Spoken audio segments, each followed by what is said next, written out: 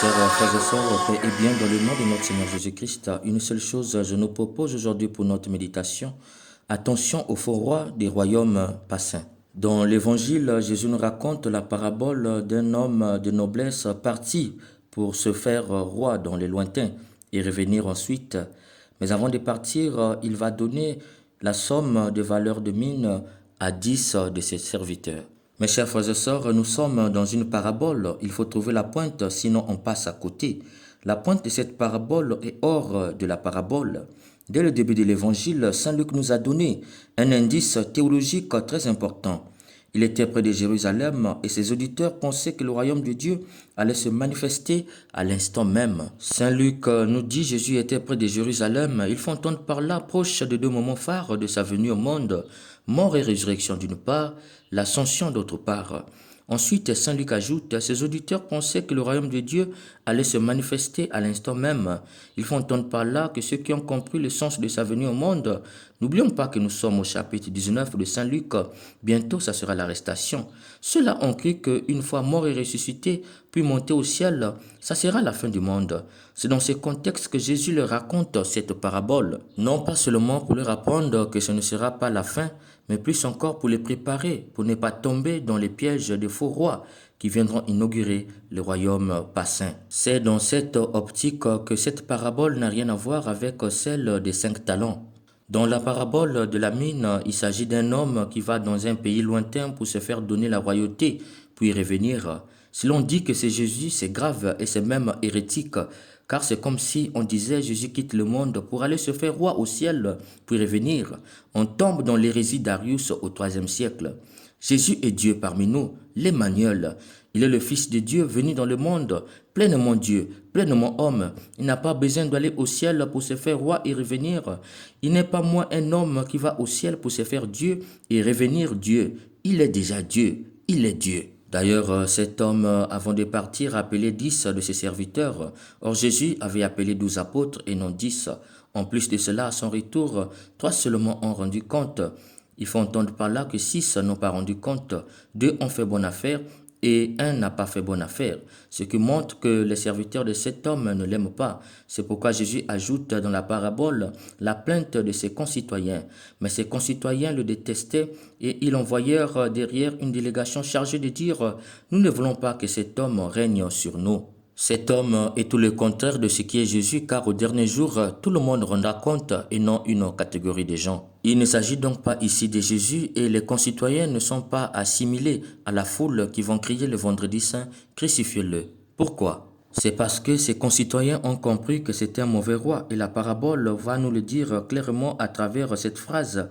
Prenons mon voyage, faites de bonnes affaires. Il faut entendre par là que ses concitoyens ont compris que c'est un futur roi pervers, avide d'argent. Pour lui, c'est l'argent qui compte. En fait, il encourage le peuple à adorer l'argent, alors que Jésus nous l'interdit. Pour lui, l'argent obtient tout et donne tout. Cet homme est satanique.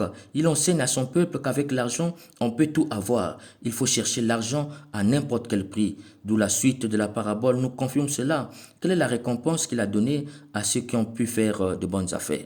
Au premier, il dit, très bien, bon serviteur, puisque tu as été fidèle en si peu de choses, reçois l'autorité sur 10 villes. Au deuxième, sois à la tête de 5 villes. Voilà son salaire, le pouvoir sur les villes. Souvenons-nous, dès le début de son évangile, Saint Luc nous avait présenté 3 tentations de Jésus au désert. Parmi, le diable lui montra tous les royaumes de la terre et lui dit, je vous donnerai toute cette puissance et toute la gloire des royaumes, car elle m'a été livrée et je la donne à qui je veux. Luc 4, versets 5 à 6. C'est ce qui se passe dans cette parabole. Les 2 premiers qui ont fait bonne affaire, ils ont accepté d'adorer Satan.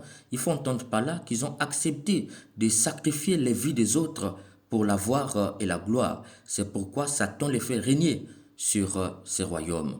Quant au dernier, il a adoré Satan, mais il a eu peur de sacrifier les vies. C'est pourquoi il lui dit, tu savais que je suis exigeant, pourquoi tu n'as pas fait comme les autres? À mon arrivée, je l'aurais repris avec intérêt. Il faut entendre par là pourquoi tu as accepté de m'adorer et puis tu as été incapable de sacrifier les vies comme les autres.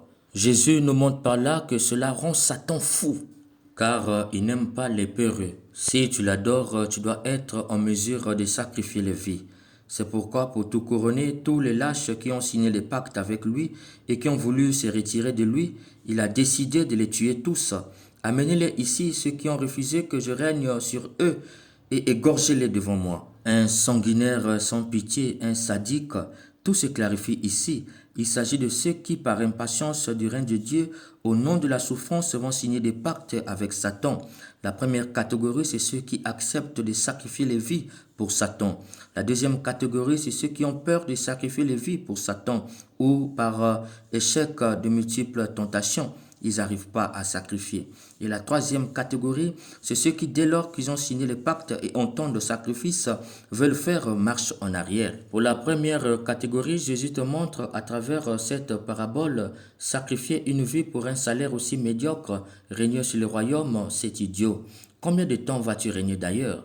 Pourquoi sacrifier l'éternité pour un règne de si peu de temps?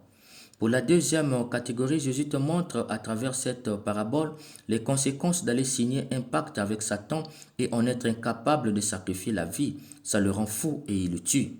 Pour la troisième catégorie, Jésus te montre à travers cette parabole qu'aller voir chez Satan et ensuite refuser de s'engager, c'est refuser qu'il règne au monde. Il tue sans pitié tous ceux qui sont liés à lui par un pacte et qui sont incapables de sacrifier les vies ou qui, dès lors qu'ils entendent de sacrifice, font marche en arrière. Amenez-les ici et gorgez-les devant moi. Par cette parabole, Jésus dénonce l'attrait au pouvoir et à l'argent qui garantit à coup sûr une triste fin. Et il nous avertit sur Satan qui est un éternel escroc et ne fait du bien à personne. L'exemple probant, nous le trouvons dans la première lecture du livre des Maccabées.